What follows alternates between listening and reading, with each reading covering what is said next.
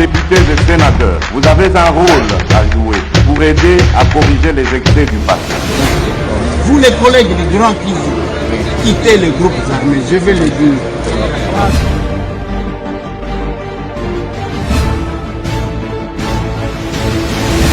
Allez, bote lisusu bandeko nanga ndenge na wutaki ko annoncer bino ba couleur de ce jour na compte na biso ya TikTok na bisaka bino c'est le moyen le plus rapide à kopesa bino ba information tozo pesa bino ba détail ya makambu ndenge ezali ko salema awa na Kinshasa la capitale pe na Congo.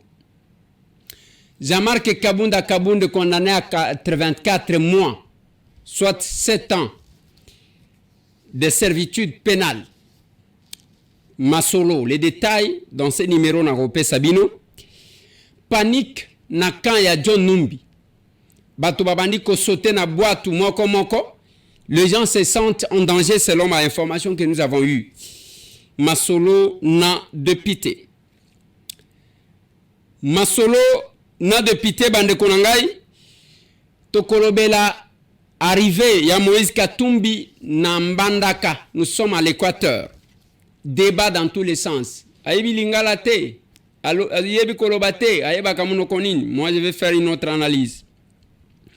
Masolona dépité. Salomon Eska évacué hier dans une ambulance pour na kokende na hôpital. Nzoto eza malamu te. Abimaki lobi na hôpital Yandolo pour na kokende kozwa ba soin. Na hôpital Masolona dépité Babiloko bino bolingaka ya ba kidnappeur dont vous êtes complice vous-même bandeko wana tokozwa ndeko moko nenga koloba avant que batindika bango na ndolo. On va mettre les images de ce monsieur là boka maloba na ye bo confirmer oui ou non c'est malfaiteur. Masolo na dépité avant ezalaki ba chinois bakobanga ke ba congolais bakoyiba ba indiens bakobanga ke ba congolais bakoyiba ba libanais bakobanga lelo ce sont les indiens qui commencent ya koyiba ba congolais. Ça s'est passé où? Ici à Kinshasa dans ce numéro de l'émission Masolo na dépité.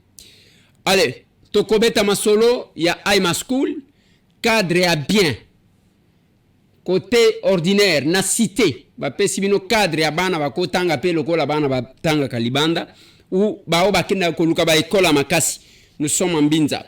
Solidaire Optique et Bobo Sanate c'est bientôt là et Pesa Moninga Sourire a commencé. Nous avons réceptionné les kits. Nenge totalisa kibino ya bana ya ba personnes vivant avec handicap pour que bazonga classe. Yango to bandi ko kabolango na cadre ya Pesa Moninga Sourire. Ça a commencé aujourd'hui et la fête continue. Un an de la serre jusqu'au 30. On a 2 semaines pratiquement qui restent pour Nabao, Bakoya. Tokosuki sana dossier à Bitumba na Fadenhouse. Comment Fayoul va s'en sortir na makambu oyo? A co-déposer candidature, toi co-déposer. Ces partisans divisés. Président, il faut déposer candidature. Bamsuba lobi asa pekisa kibiso lokola biso tozangie pazanga. Ndebi tumbebi maki. Na Fadenhouse. Ndenge toyokaki eza conditionnel. Mais la tension continue. Dossier Astani Boujakera. Les journalistes ont fait une déclaration. Yakosenga libération Yastani Boujakera. Je vous propose de suivre Edmond Izouba, qui était le porte-parole. Le Rassemblement de journalistes pour l'émergence du Congo, RAJEC, comme tant d'autres organisations de défense de la liberté d'expression, des droits humains et des journalistes, dénonce le harcèlement judiciaire que subit le journaliste Stani Boujakera. Interpellé par le service de sécurité en date du 8 septembre aux alentours de 21h, pendant qu'il comptait se rendre à Lubumbashi, le journaliste Stani Boujakera a été acheminé manu militari à l'inspection provinciale de la police avec ses outils de travail, ordinateur, téléphone portable confisqués sans aucune invitation préalable, sauf s'il voulait l'intimider. Placé dans des conditions carcérales précaires et dégradantes, ces responsables et pères de famille continuent de croupir après avoir été transférés au parquet de la Gombe. Voulant à tout prix concrétiser leur souhait, celui d'envoyer le pauvre journaliste pourrir à la prison centrale de Makala, le bourreau de la presse continue d'exercer un harcèlement judiciaire sans précédent pour pousser les journalistes à dévoiler ses sources. À notre grande surprise, dans le souci de réussir leur mission sadique et après refus du journaliste de corroborer à leur thèse, nous apprenons qu'un autre grief serait en train d'être monté afin de poursuivre le journaliste pour faux en écriture. Il s'agit là des manœuvres tendant à aggraver les cas de Boujakera et à criminaliser le travail des journalistes. Dans ces entrefaits, nous apprenons depuis l'arrestation de Boujakera que ceux qui ont saisi ces outils de travail ont tenté à plusieurs reprises de supprimer et de désactiver son compte Twitter pour des objectifs et des raisons inavouées. Passant outre le code éthique et de la déontologie, l'ordonnance loi fixant les modalités de l'exercice de la liberté de la presse, de l'information, des missions de la radio et de la télévision, etc., dite la loi Mouyaya, toutes les chartes conventionnelles qui promeuvent la liberté de la presse, les services de sécurité mis en place pour enquêter sur l'assassinat de Chéribin Okende va centrer son interrogatoire sur la publication d'un rapport de l'ANER dont le journaliste n'est pas visiblement auteur. Pour nous, Rajek, cette affaire infligée à cet infatigable chasseur d'informations, Boujakera, qui n'hésite pas à abandonner épouse et enfants, est une tragique illustration de la chasse aux sorcières lancée contre les journalistes que nous sommes. Voilà. Jusque-là, nous avons eu l'occasion de Stani Boujakera. Et je vais m'efforcer pour le rencontrer. Et le kobiso tozakanango, ce qui va bazana na kacha d'émotion. Hermoko toz lobaka dosé. Parce que ce qui événement est bimi, les opportunistes babima kapé belé. Batumisusu bakendaka. Lelo nani ayebi lisusu nzela ya epa Chéribin Okende Senga. Et comme qui pique-nique, mikolo nyonso kokende kosala ba déclaration la récupération politique. La récupération politique. Maintenant nous bakundi était directement tokomi na niveau tokomi babandi kobosa na ye muke muke. Et totala kabatu nini bayaka na makambu nini. On essaie d'analyser. Na kokende koluka leki nanga Stanis. Na discuter na enayo kaka même likamunenge zaleli. En attendant que justice bazali ko évoluer na makambu na bango. Lokola tokolobe la justice. Na tiela kibino vidéo lobby na kosenga régie bazongisela biso. Bozela mutu mo afungoli porte bozela na ke ozwa Isaac bomona ye. Ndimi bino bena bo ba ba voler. Isaac ya ba ya ba tuboli ba mo. Bozela bomona sabaka. Ah yaka na ye. Maman Zela, maman Judith Zela, pardon.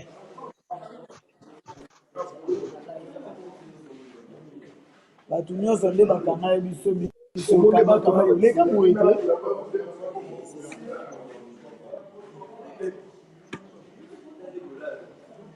Omona donnion sonde to komi menacer boy ezakaka pona tande ba yaki beta selo bo mwande ba panze ba diloke babu mwande ba panza ki lelo ya ba yaki beta biso donc ba yeba beti biso ba menacer biso kaka pona vidéo wana Wana déjà tomoni big boy et c'est un peu la biso kabaka bazav bazwa kiane e utaka pa ba Kaba yewa. Oh, Isaac Kaba. Kaba yewa. Omoni kaba yewa na. Kaba kumi bogare. Kaba yewa. Oh, Isaac Kaba. Kaba yewa. Omoni kaba yewa na. Kaba kumi bogare. Kaba yewa. Oh, Isaac Kaba. Kaba yewa. Omoni kaba yewa na. Kaba kumi bogare. Oh, il y a la réalité. Donc, ma bloqué biso na bakati to comprendre que donc ndeko na biso mo paza wa grand voler de toza mingi mo ba voler ande bazali wa ba to roboma pena bazati Kaba.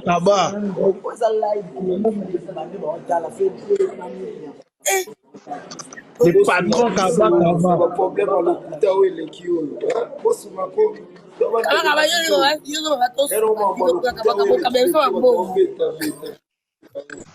Zela mama. Tangu ba kidnapper bao babomi batu bako dondwaka na mbongo wa makila est en train de faire leur live batu bazo kota. Vous allez voir les filles batu misusu bazo tinda ba fleur, ils aiment. Mais dans un pays sérieux, il fallait procéder à suivre aussi batu wana pona koeba le pourquoi ya kwemena bango bazali ko sepel. Il fallait qu'ils collent. Les malfaiteurs sont partout comme ça. Tozachi cause la toye ba réalité ya makambo. Bango babimi wana bazo sala ba buzz na bango. Oh mutu azalachi ko tinda biso za oyo. Mutu azalachi ko tinda biso za ki oyo. Mais vous étiez devant la justice, il fallait citer les noms de ces gens-là. Bokolanda siko mwa mombali wana zolo bake bango nyonso bakoma ki contre nga parce que nga nazaki ko ba vérité ainsi de suite. Tala d'abord na nzoto ndenge bakoma kombo ya basi wana nde bazo tinda ka ba j'aime na biloko ya buzoba. Gino oya Opes a 8 likolo ya kotelanga telefone vie Abel Dachu akotela mirongo telefone soda mo aza wana vie Abel akotela telefone vie oyo abiso wana vie François jour mwa oyo balingi bakotela Isaac mbongo na telefone ye mutazwa yango azwa $20 wana ndakenda lala na telefone ya Isaac apres lobi nango ayelaki yango.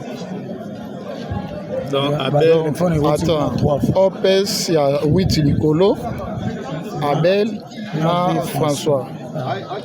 Loba yango clair, est-ce que ceux qui te bengi devant directeur loba makambo zo loba? Non, loba ngo ta ba telemia. Te lui bien te loba bakasi na kosa ba téléphone wana. Nga mutu akotela nga telefone eza Gino nani? Opes ya 8 likolo. Mutu akotela miringi oyo soda wana eza Abel Dachu. Abel mutu akotela ye. Isaac mutu akotela ye François. François service à sécurité. Apiaki $20.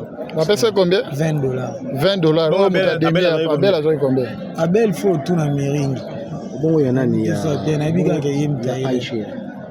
Il faut tout na payer. Pour battre musu pe ba neti ba oa ya ba to Lubumbashi na pe téléphone ba bazwa ki on a ebinde écoute. Siko na minute téléphone na botiki ngo wapi? Oh ngai na minute eza na kati ya stabilisateur.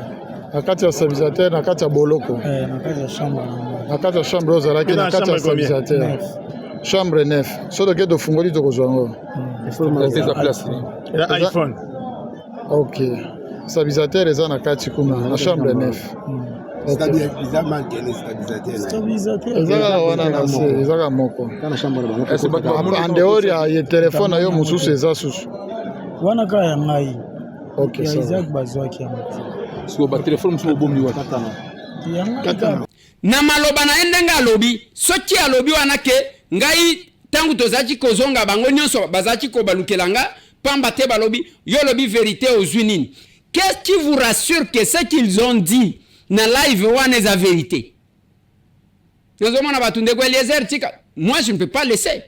En prenant 150 motos bawewa combien bana mibali wana baboma lelo komi général Kasongo soki nani bazotanga ka bato vous étiez là, il fallait citer, il ne fallait pas attendre que le général akende na Kasai pour que botika la kotanga komona ye. Vous étiez là. Maintenant, qu'est-ce qui prouve que le kola yé batu bazala qui contre yé batu nyonso balobi yozo lo ba vérité. Qu'est-ce qui prouve que pour le moment de balobi vérité? Allez, bazo bimisape bozo donc babimi bastar. Na mboka na biso tozana mboka yake yibata ko yiba bomata ko bomalongola bilamba pour que okoma star. Et tout le monde est là. Bazo partager, bazo liker, c'est pas possible. Cher des poules.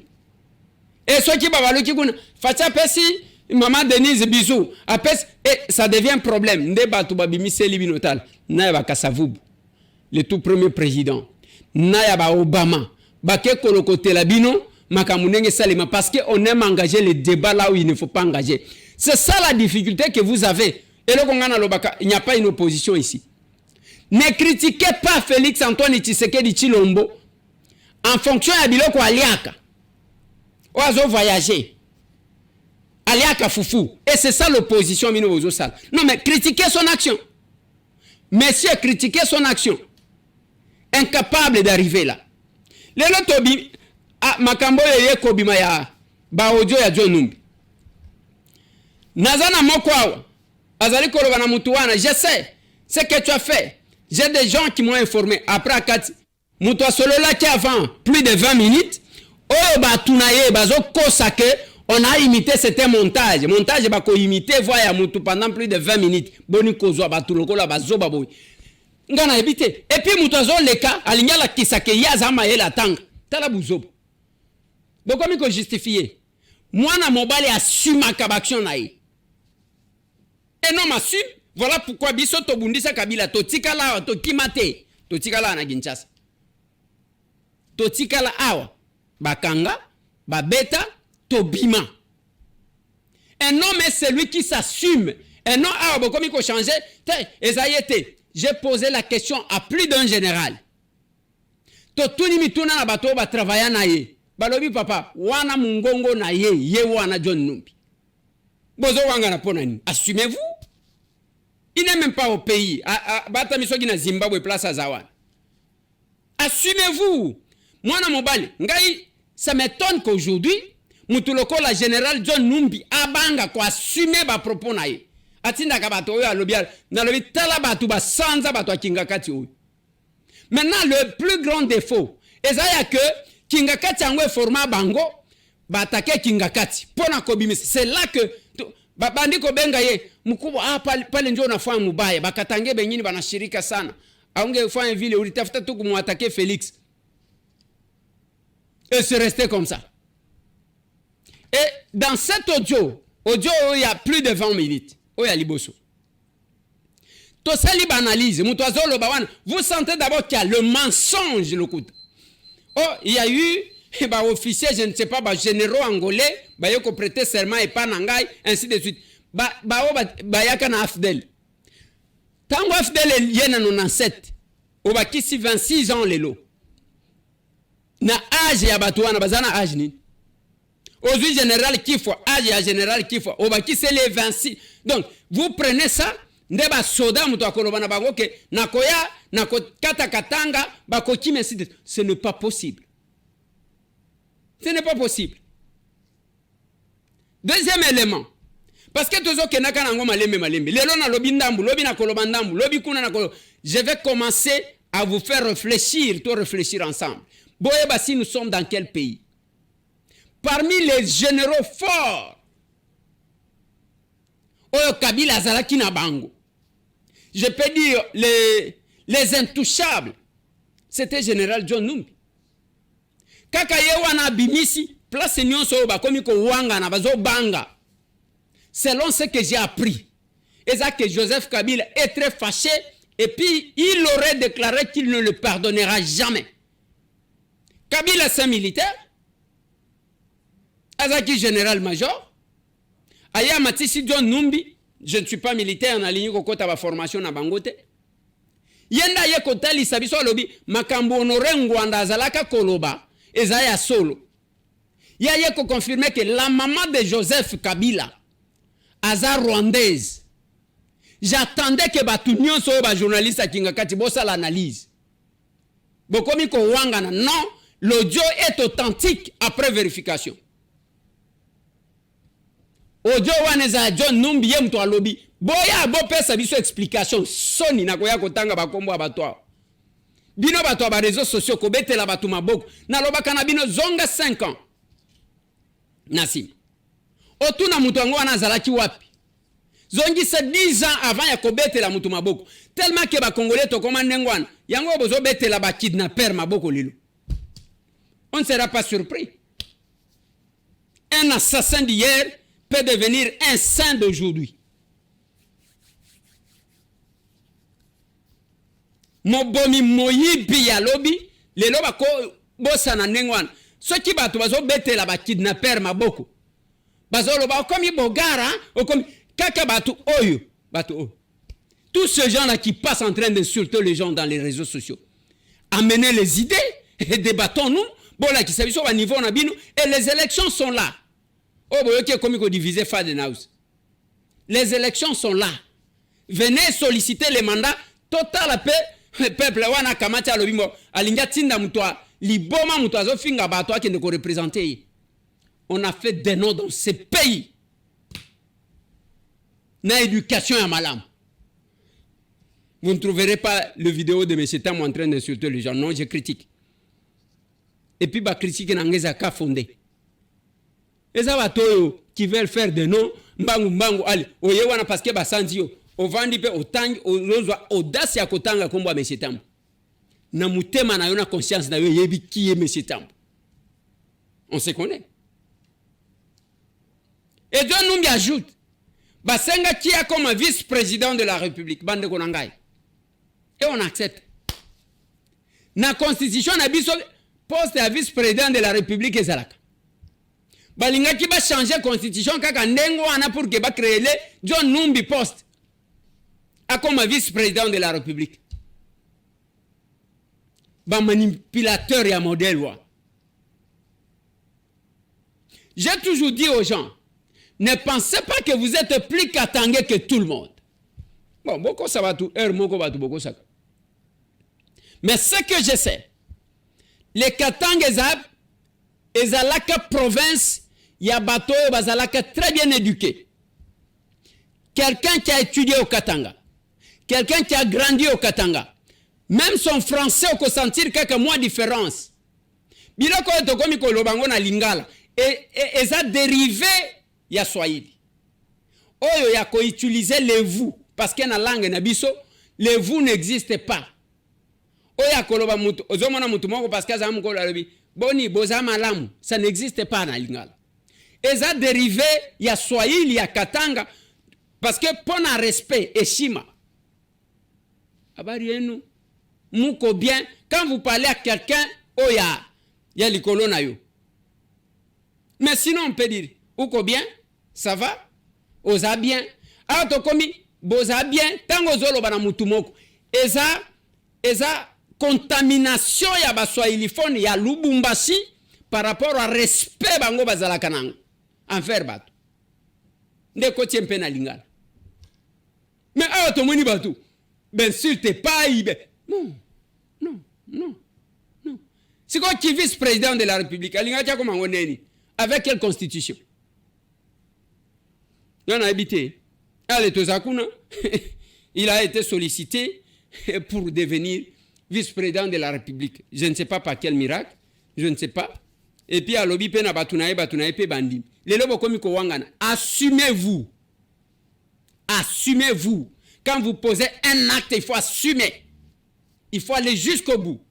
Biso to bundisa kabila na mboka oyo ba John Numbi ba homme fort, ba Kalev Mutombe ba homme fort, ba oyo nyonso boyebi ke bazalaki ba homme fort na mboka oyo biso tozaki wa. Ba ko kanga lelo ba tiki lobi. Mwana mobali ayebi kwa sume makambo azosala. Allez, joyeux anniversaire na capable j'ai tout.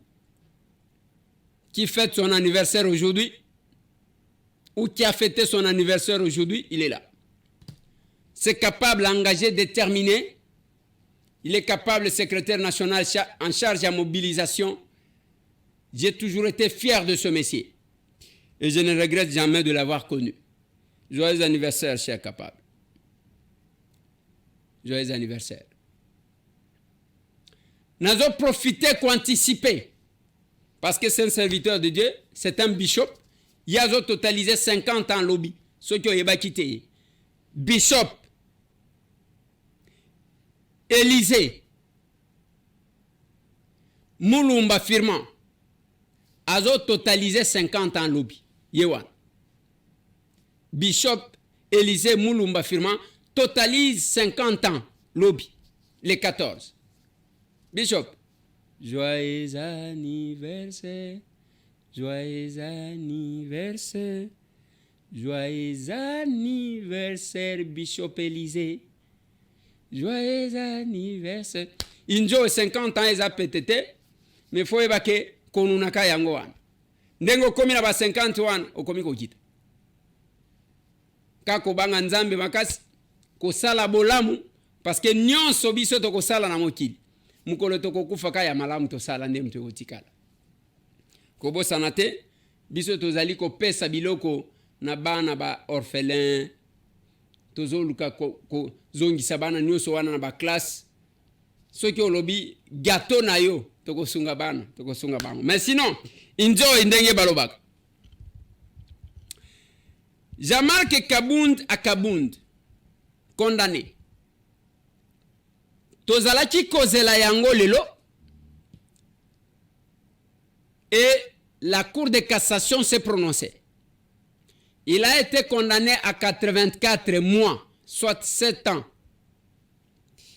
Jean-Marc Kabunda Kabunde Bakanga Kaye le 9 août 2022. À Kena Makala, le verdict est tombé aujourd'hui. Oyo ba condamné ye na 84 mois, soit 7 ans, ya kozala kuna. Quelle est l'analyse, M. Tamboazo Sala? Ba procès ya ba politique. Et si la cana justice était, et si la cana politique. Ba condamné Jean-Marc Ponanine. Ba lobby a propagé faux bruit. Et puis outrage au chef de l'État. Maintenant, nous sommes balewan. Et là, on a koyebisabi. Les procès à acteurs politiques. Et si la cana justice, et si la cana politique. Je referme la parenthèse. Nalingina lobela tournée à Moïse Katumbi Chap. Déjà, na ebisibino que Salomon Eska a été évacué hier. À Longwen Dolo lobi na ambulance, ba memie na hôpital parce que nous autres on a les amalamouté à Kobela. Comme j'ai toujours dit, ce n'est pas parce qu'on est prisonnier qu'on est privé de ses droits. Prisonnier bazalaka pe na ba droit na bango. Il est là et notre souhait qu'il se rétablisse. Salomon Eska souhait na biso ezaya ke o se rétablir. Maintenant ngonga wana Moïse Katumbi continue na tourner na ye. Na tourner o ya kosala. Lobi kuna azalaki na mbandaka. Tango akiti nazotie labino ba image. C'était plein. Papa tselanga image. Réputé bastion de l'Union sacrée de la nation, Mbandaka, conquise par Moïse Katumbi Chapwe, qui peint un tableau sombre du régime Tshisekedi. En tournée, dans cette partie du pays, l'ancien gouverneur du Haut-Katanga y est allé redynamiser les activités de son parti politique. Sur place, l'homme s'impose et obtient la faveur de la population de l'Équateur. Candidat à la présidentielle de décembre 2023, Moïse Katumbi, devant une marée humaine venue écouter son message, a déclaré qu'il n'est pas monteur né.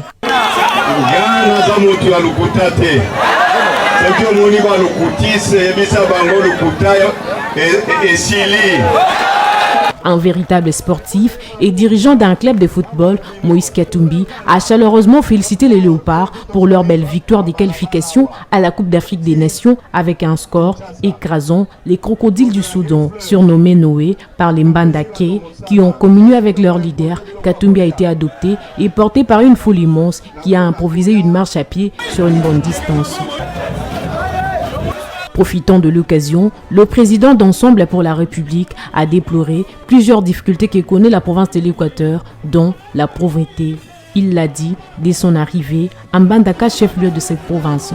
Parlant des élections, il a exhorté à sa base de Mbandaka d'aller massivement voter les jours J, mais a veillé jusqu'à l'affichage des résultats bureau par bureau afin que le candidat élu soit réellement déclaré.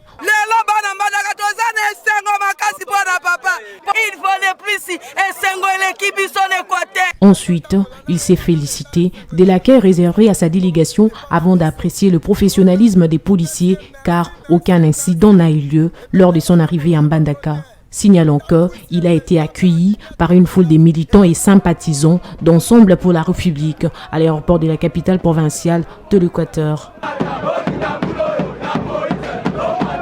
Voilà. C'est ce qu'a été l'arrivée ou l'accueil de Moïse Katumbi dans l'Équateur.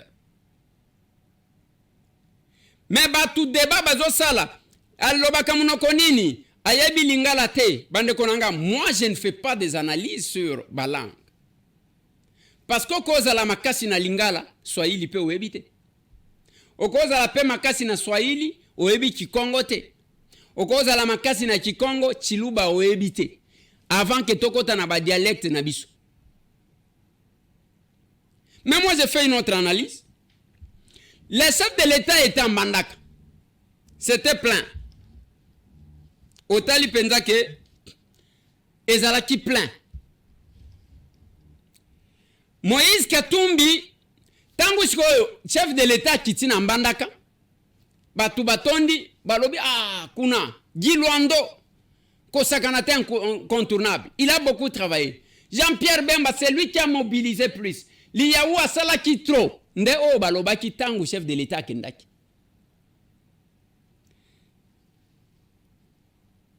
Nga place nazala ki nalobi oui. Batu bako sala na raison. Parce que bango misat tu bazana ba ministère, pas n'importe quel ministère. Ministre simple azate. Ministre simple azate. Ezana ba VPM ba mineta bazakun. Les chefs de l'État donnaient aussi beaucoup à l'Équateur. Et siko, maintenant qui a travaillé Toyoki Makambuya, Bana Équateur, Bana Mbandaka Makambuba Kosada.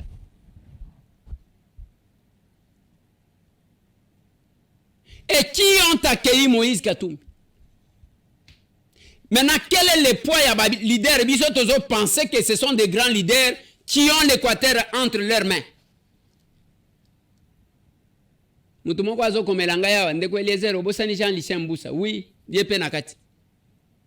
Ba ministère ya minene bazana. Et en ce moment, tokoki koyeba ke nani aza leader na Équateur. Parce que totalisa kibino image ya bakasongolunda. Mutu moko a parti moko azo combattre asera kei abeti bampiaka na Kaemba, abeti bampiaka na Bakingwangala, abeti bampiaka bisika nyonso alekaki. Abeti bampiaka bisika tu ya lekaki. Akebo aser, ake au tribalisme. Ok kuna et pas bachok. Ofinga bango oloba parti na binu ezaya bayaka. Tolingi koloba makambute ya ndenge nini papa ya Duga kufa. Tolingi kokota kunate. Na lobi boy. Tolingi kokota te na ba dossier tozana ngo ya liwa ya papa Duga Kulungu, capable deuxième vice-président. Metango akei abeti bampiaka na ye azongi. Metala bana panzi batikali tangu bazo sepela tangu bamoni ke bampiaka babeti bazo binela makambu ya aserti na butu. Papa chelanga biloko.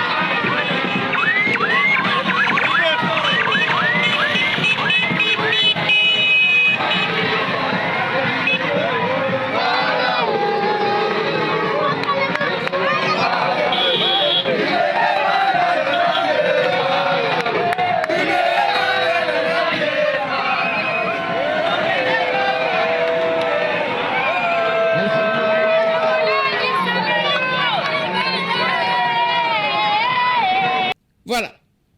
Ça, c'est nous, l'action commune pour la République. Place Tozaba leader, Tozaba leader. Concurrence, ate. Tokenda ki sangani boyoma, tombe.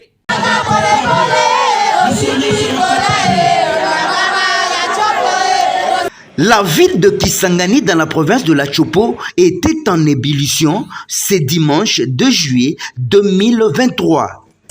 Il s'agit de l'arrivée du capable président national du parti politique Action Commune pour la République et les Tambou, accompagné Madame la capable secrétaire générale Sophie Kakoudi, ainsi que les secrétaires nationaux en charge des fédérations, sans oublier les conseillers en matière de sécurité et de protocole.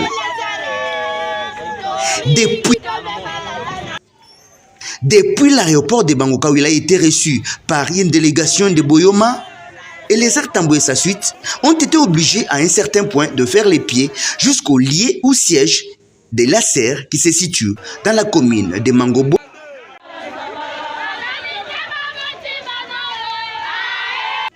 Sur place, la foule était nombreuse pour écouter le porteur du mandat national qui a toujours défendu cette ville ainsi que la province de la Chopo, bien qu'il ne soit pas élu d'ici.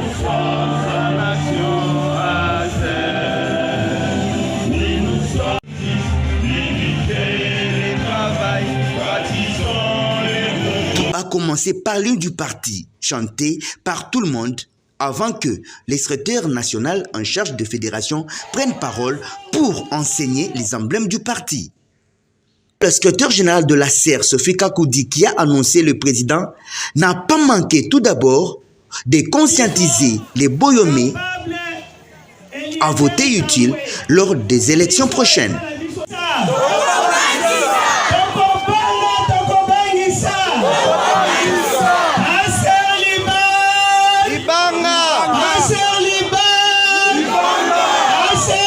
Il fallait attendre celui que tout le monde attendait, le porteur d'un mandat national, président national du parti politique Action Commune pour la République, qui n'a pas manqué de rappeler aux tiers l'amour qu'il a toujours envers eux.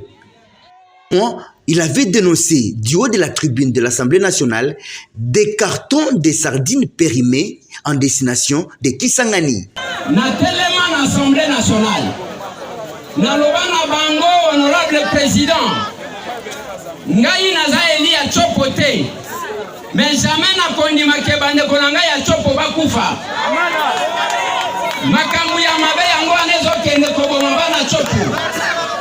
Na bele la boyoka ke basardine ebele bachaki na babato ebele ya awa ne batu bafongoli biso bakomi kotala. Aser show. Show. Bana Kisangani show. Show. Bana chopo show. Show.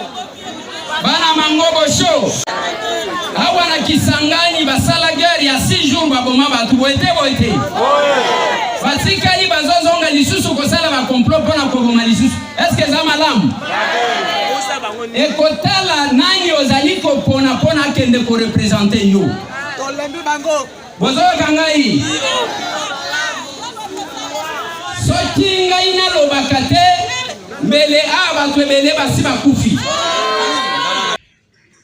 L'autre moment fort était la présentation des candidats députés provinciaux et nationaux de cette ville. Et les Tambou a appelé à tous les capables qui ont adhéré d'ailleurs massivement de lire ces candidats de la CER pour un avenir meilleur de la République démocratique du Congo. Le tout s'est clôturé par l'inauguration de ce nouveau siège situé dans la commune Mangobo, nous sommes dans les quartiers Mambiza. Un effort d'un capable qui a adhéré à l'idéologie et la vision du président national, M. Diemersi Onchou. Toké Chikwit, tombé.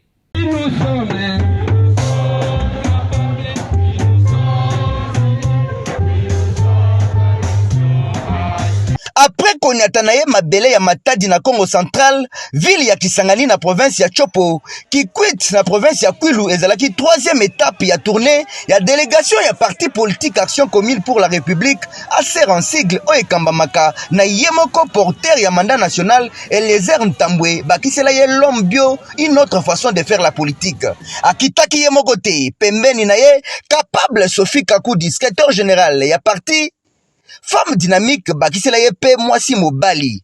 Sur place na Kikwiti bayambamaki kitoko na capable Django Kiwi, candidat député national ya ACR pour la ville ya Kikwit. Azalaki ye moko te na fédéral ya Kwilu, ba notable batu ebele lokola secrétaire national en charge d'implantation, mwana mboka capable Junior Kembi na ba capable ebele.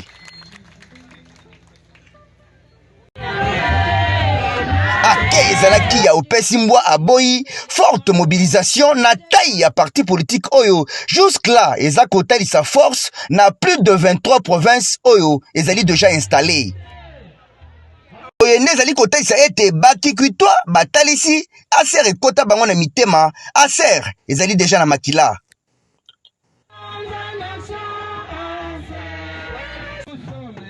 Lokola momesano pona ba échange patriotique nyonso e bandaki nanu na hymne du parti bato nyonso bayembi sima ezalaki prise de parole pona remerciement et pas capable Django Kiwi oya yambaki honorable Eliezer na délégation na ye azangisaki te kopesa pe merci. Tango mama mokonzi général azwaki maloba ezalaki pona ko présenter ba candidat pe ko remercier bato nyonso bazalaki sur place. Ayebaki ko introduire président national oya mataki pona ko remercier bato. Na komata na ye ezalaki esengo ya population kikwitoise nyonso oyo basepeli ACR déjà kota na ipa na bango. J'ai aimé ba discours na yoki awa oza jeune te okomi déjà responsable yaka na ACR pour beaucoup plus de responsabilités. Ils na Action Commune pour la République. Ce n'est pas pour rien tozomi benga ba capable. L'Assemblée nationale, ngana za élu à Kinshasa, na koya ko postuler na Kikwiti te, ba présenter bino ba candidat na biso awa. Ba présenter bino capable Django ke azamwana na bino à Kikwiti aza député candidat député national. Bomoni ba candidat député provincial ya Bulungu comme ya Kikwiti bazali awa. Boete. Bo kanga bilongi yake bo pesa biso batu yake to changer la situation. Tozoyokana. Ebele bavandeli ka koyiba mbongo nga naza élu à Kinshasa mais naza villageois bozo faki tozana 500 députés kananga malandi wa shinga tombe.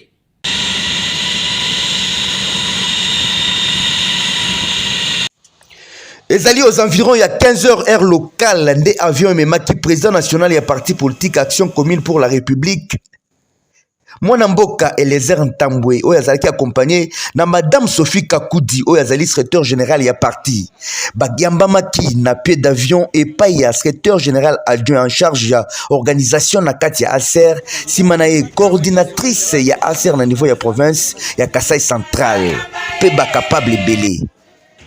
Esengo ezalaki makasi na akei na bango bamati na bamituka cortège ebandi ezalaki opesi mbwa aboyi kaka ndenge tulobaka.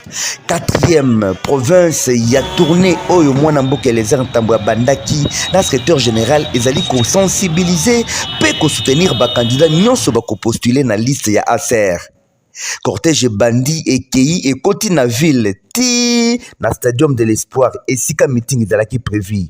Botala sikoyo entrée ya délégation ya ACR conduite na président na SG oyo bazali kobenga Dio Gagnant bakotaki na esengo nyonso bato basepelaki. Tango bakomaki batourner stade Mobimba plein à craquer, plus de 10 000 personnes selon ba organisateur nde bazalaki réunis na kati ya stadium oyo. bakendaki bazwi esika meeting ebandaki ndenge échange patriotique ezalaka organisé.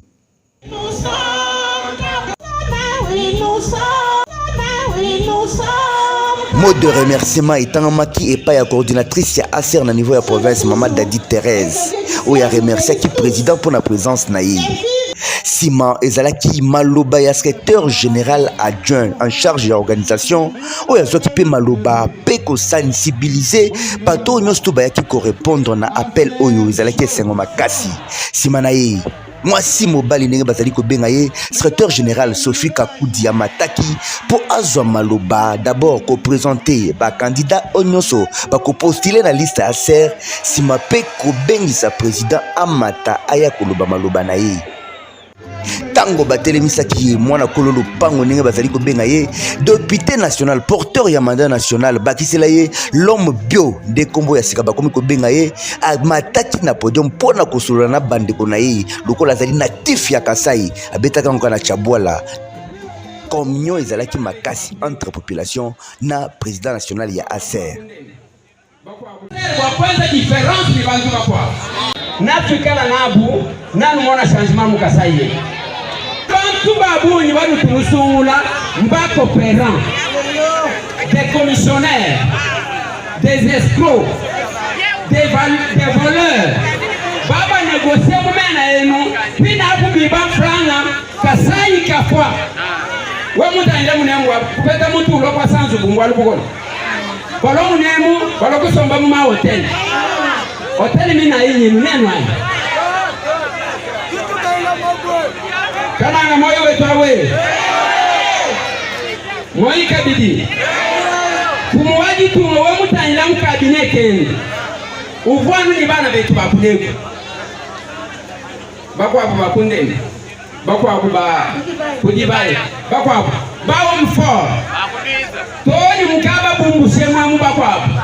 Mbezera Kasai bwaluka kai. To rappeler que ville ya Kananga ezali 4e étape après Matadi Kisangani qui quitte prochainement ekoyebana ASER toujours likolo.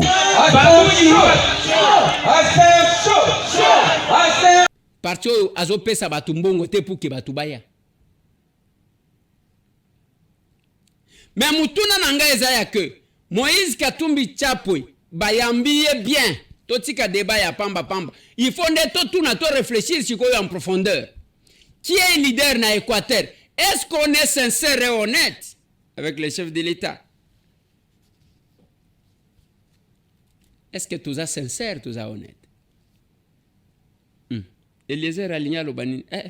Papa tikangana loba makambo ya bandi amba komi koyiba. Natuni kaka.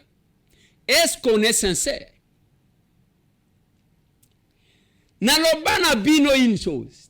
Mboka na biso, les chefs de l'État n'engé bozomo na yewana, quelle que soit sa bonne volonté. Soki abimina maboko ya ba commissionnaire pro le président de la République, c'est compliqué. Les coopérants politiques, bazalaka na bandako ya ba commissionnaire wana tongo midi pokwa, kopesa bango ba cadeau. Et ils obtiennent les nominations facilement parce que ba yebi kosala ba cop. Les coopérants politiques. Coopérants politiques. Il fait de tout le monde, bah, minaye. Tous ceux qui sont autour du chef de l'État. À mon consité, à comment? Protocole, garde, moutunaye. Protocole, garde, naye. Réceptionniste, mais, moutunaye. Finalement, à Kolukati, moi, si, moi, si, à mon consiwana, abana kopesa yeba cadeau. Les coopérants politiques, azo ça la business naïe. J'ai dit aux capables, vous devez mériter la victoire. Voilà pourquoi Bazali, sur terrain, n'engé bazo travail, Nathalie Sabino, Basi Lokola Mibali. Je vous ai montré le risque qu'a pris Jeunesse Kaloum.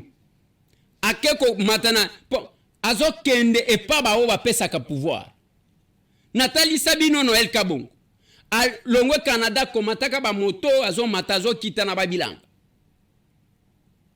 Na kendaki awa na capable grâce Maïza. Les gens travaillent capables Philomène. Là je ne cite que les femmes. je ne cite que les femmes basi bazo travailler boko limbi sanga baza ebele soki peut-être ba mususu ba komona neti na tanga ka batu moko non ba patience tempo akena mbujima komata ko j'ai dit aux gens allez au front travailler on doit vous voir. Ce n'est pas au vandi ndena yoka kimutu moko ngai na te biso toza ba coopérant politique te. Même ngai je suis candidat Lukunga na lobi na zongi na bawo baponanga na keko zongi sela bango pouvoir na bango soki ba lobi to zongi selio na lobi soki ba lobi tende ko les RP je m'incline na keko lukata musala na Aima School papa tselanga image waneza na météo na avenue météo numéro 8 okomi na météo place bazo sala ba meuble okomona balabala munene koti wana babenya ngo ba umbu okitika mwana se wana eloko wana ezakuna ezana ville te ezana beau vent te ezakuna il faut bana mususu pe batanga ka pe na ba mwa condition ya bien et on va faire toujours cet effort toko sala ka ke effort wana et soki balobi te ndeko elezerte na kozonga awa na kotika la kaka kande tozo tuta yeah. Baendien bakomi koyiba na Kinshasa mutu moko ya ba changeur de monnaie azana avenue de la justice na Gombe azachi komone pi bazo travailler na ba mama o boti kabimela mela o tangawisi mukongo yayo mukongo esala kanini mama wana ye abandi kotekela batu ba tangawisi bino bimela mela na ebite même bolingo ango bakenda ka bitumba te eza monde ya tendresse yo zaka muke kumukanga mukongo finalement bimela mela tioko bima eloko mususu mama wana ye tangawisi mukolo mususu aya pesi tangawisi na sentinelle abeta tangawisi alala baendie mibale wana baya baseka gula zwa biloko balata awa bayibi mbongo ya un Congolais sur l'avenue de la justice bakimi yango ngana lobaka na bino combien d'Indiens bayaka na mbongo na Congo, combien de Libanais, combien de Chinois. C'est parce que biso moko ba Congolais to yibi ko salela ninte bokoma ba commissionnaire bato ba cigare. C'est compliqué. Bato ba cigare. Yango ngana kolobaka na batu, même les gens qui viennent de l'étranger. Na lobelaka solidaire optika. Je n'ai jamais aimé ko lobela batuwan. Monsieur Michel na moi sinaye. Bango mi balé effacé. Bakenda France, bazonga awa na biloko pona komemela batu olie batu bafuta visa bakende poto ko luka basoin ya misu ba memi yango awa. Et puis bazo benga ka ba mindele de renom. Ba bazo utakuna pour que baya ko traiter ba Congolais. Yabino yango awa d'ici là le mois d'octobre bakoya lisusu kende basala yo ba examen ozo futa $30 basali yo d'abord examen na simanango ba ebisio soki maladi na yo ezali ya ke batala basimba yo pa mindele wana tote et la possibilité même soki ozana poto bakokosa yo te okobenga monsieur Michel okobenga okofutela kuna mbongo a otindika batu bakei galerie présidentielle là. Et moi que je ne parle pas de ces Congolais. Attends, on a zobélé la kami colonios. Tobeti maboko sali hôpital mama yem. Basali ango bien. Mais keba tozala na bâtiment ndenge to koma na cinquantenaire ba bimisaka ba million et koma kaka place d'exposition à Bibembe. Place d'exposition à Bibembe. Cinquantenaire. Il faut un personnel qualifié na mama yem. Il faut matériel na lobby. Plus de 400 médecins bazana Zambie en attente. Bamsou bazana Afrique du Sud bazo benga ngande ko les airs. Ozo bateke biso to akoto to sito leni koto to lingi to zonga. Mais ce qui me fait toujours mal, ezaba diaspora mususu ba yeba kateko kanisa bande ko na bango. Ils viennent ici babandi ko tiela bango bakale, mais c'est pas possible. To kanisa yike mentalité eza différente, mais c'est quand même compliqué. Biso tozo ça la politique et injustice. Voilà pourquoi lelo to réceptionner ba kit na fondation a distingué première dame ndenga la kaki ba personnes vivant avec handicap ke bana na bango ba kotanga. Nous avons réceptionné et to bandina distribution.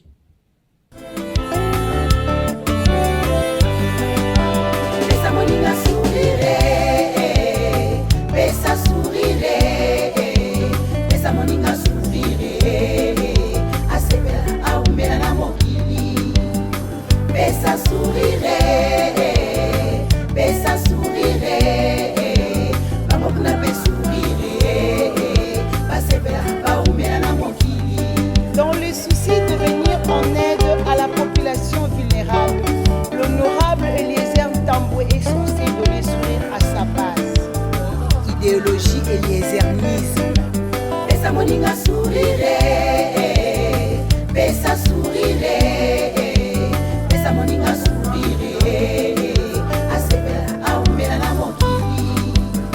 Pesa sourire, pesa sourire, bamokuna pe sourire, basebela baumela na mokili. Tango etuluku ya badepute bazotondisa mabengo na bango na mbongo to pe minzaka ya biso. Mais il ne faut pas que vous preniez beaucoup de temps. Je ne voulais pas oublier juste le détour.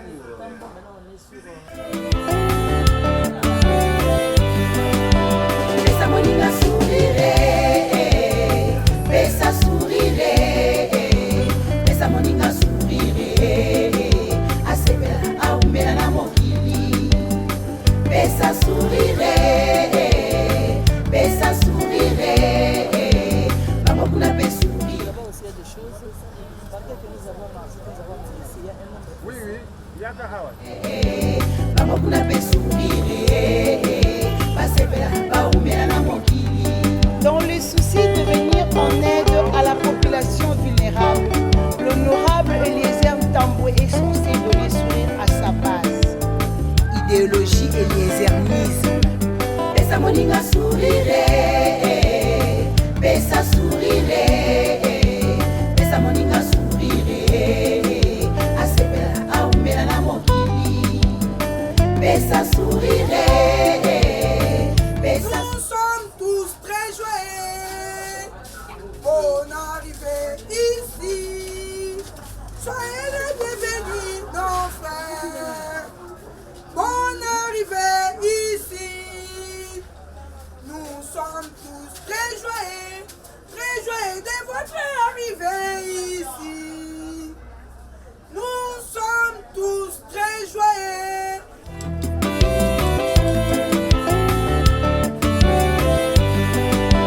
Pesa moninga sourire, pesa sourire, pesa moninga sourire, asebela aumela na mokili.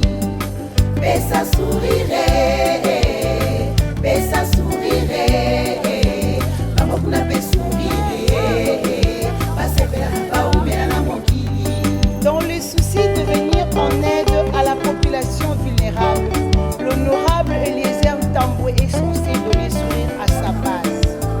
Idéologie eliezerisme. Pesa moninga sourire, pesa sourire, pesa moninga sourire, asebela aumela na mokili.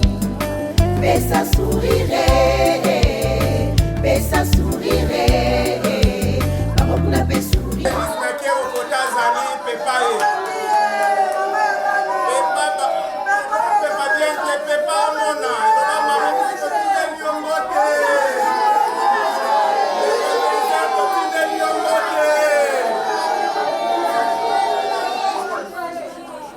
nasepeli ndenge tokutani lisusu awa toyebisaka bino toujours ke oyo tozalaka na kapasité ya kosala yango tolobaka ke tokosala tolobaka te oyo tokokoka kosala te. Je pense que majorité na kati na biso tozalaki le 14 bisika tosalaki na manifestation na biso ya pesa moninga sourire. Omonaki présence ya mama ya yambo ya mboka, mama Denise Nyakero Tshisekedi. Parmi ba promesse na ye oyo asalaki yango toye ko réaliser mususu. tozoyoka na malamu betela ye nano maboko mpo ye ta akokisi oyo asalaka na kati alobi lokola na ye awa ekosuka kaka na koya na ngai awa te nakotinda biloko ya klase mpo na bana ya klase biloko yango eye to eye te seke ye mpe oyo alobaka yango asalaka nini yango akokisaka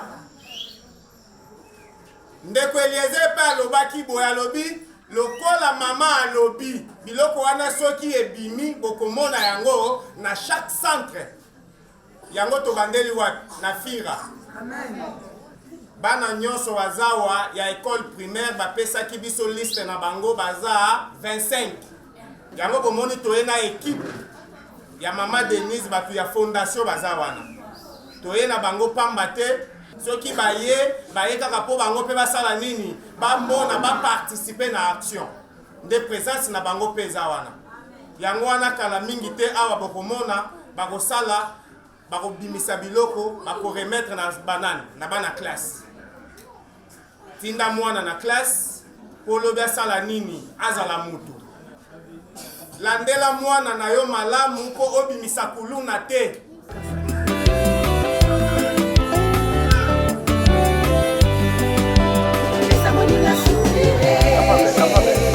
Pesa sourire, pesa moninga sourire, asebela aumela na mokili.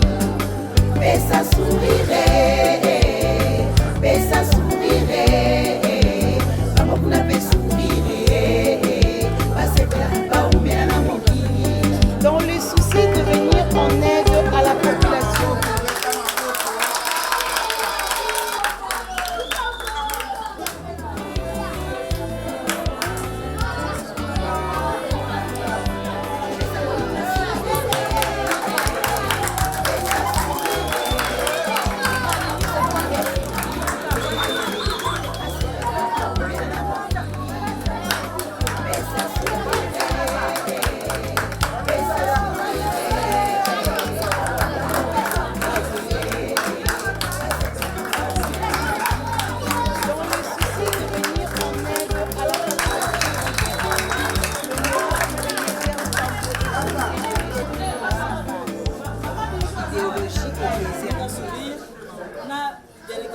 Fondation Maman Denise Nyakeru Tshisekedi.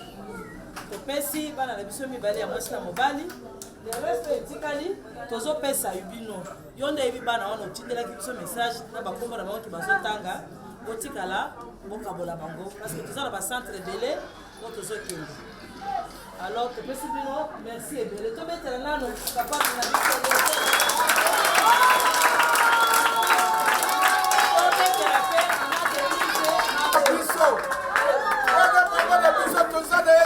Maman Nabiso, Maman Denise Nyakeru, voici ya Fati Espoir, Fati Betote Fati Espoir,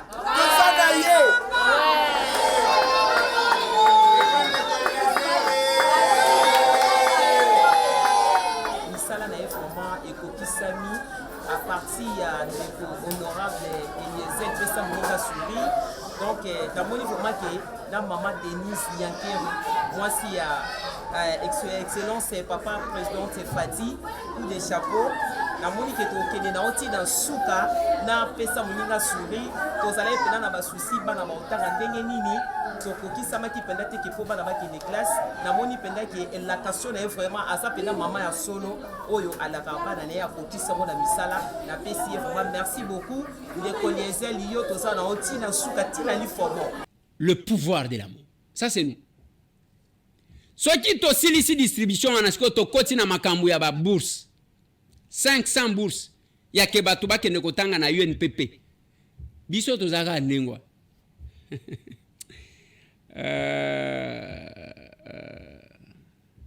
soki bino bokenda cop na politique nous sommes allés servir franchement ba étudiant ba o banda kuna bango ezikaki bazola la libanda côté ya Unikin nako se préparer pour que naya c'est parce que nazaki na matanga c'est comme ça que vous m'appelez bozo zwanga ite nazui matanga nazana matanga ya mwana nanga wana Justin oyo akufi.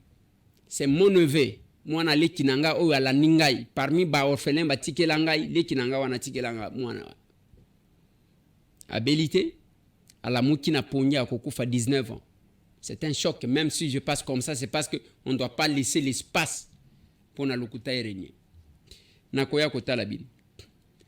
Bande koya Acer, les anniversaires, joyeux anniversaire continue. Je mets bande ko Brésil, maman oya Brésil na mwana na ye. Je mets bande ko beleo batinda ki ba vidéo, la diversification des vidéos. Anniversaire, joyeux anniversaire, joyeux anniversaire, joyeux anniversaire. Voilà. Joyeux anniversaire à notre cher parti Acer Show. En tout cas, des bonnes choses à notre cher parti et plus particulièrement à notre président cher capable Eliezer Ntambwe. Eliezer Ntambwe, l'homme capable de l'Acer, Acer Libanga. Yebisanga, parti à modèle 1. Parti à modèle 1. Et qu'on soit téponani, parti à modèle 1. C'est 30. Commémoration à l'an 1 de la serre. Au balobaka kivumbi na jasu. Au pesi mwambo boy. Tosuki si wana pona lelo. Bishop Élysée. Toko fete wapi. Allez, tomona.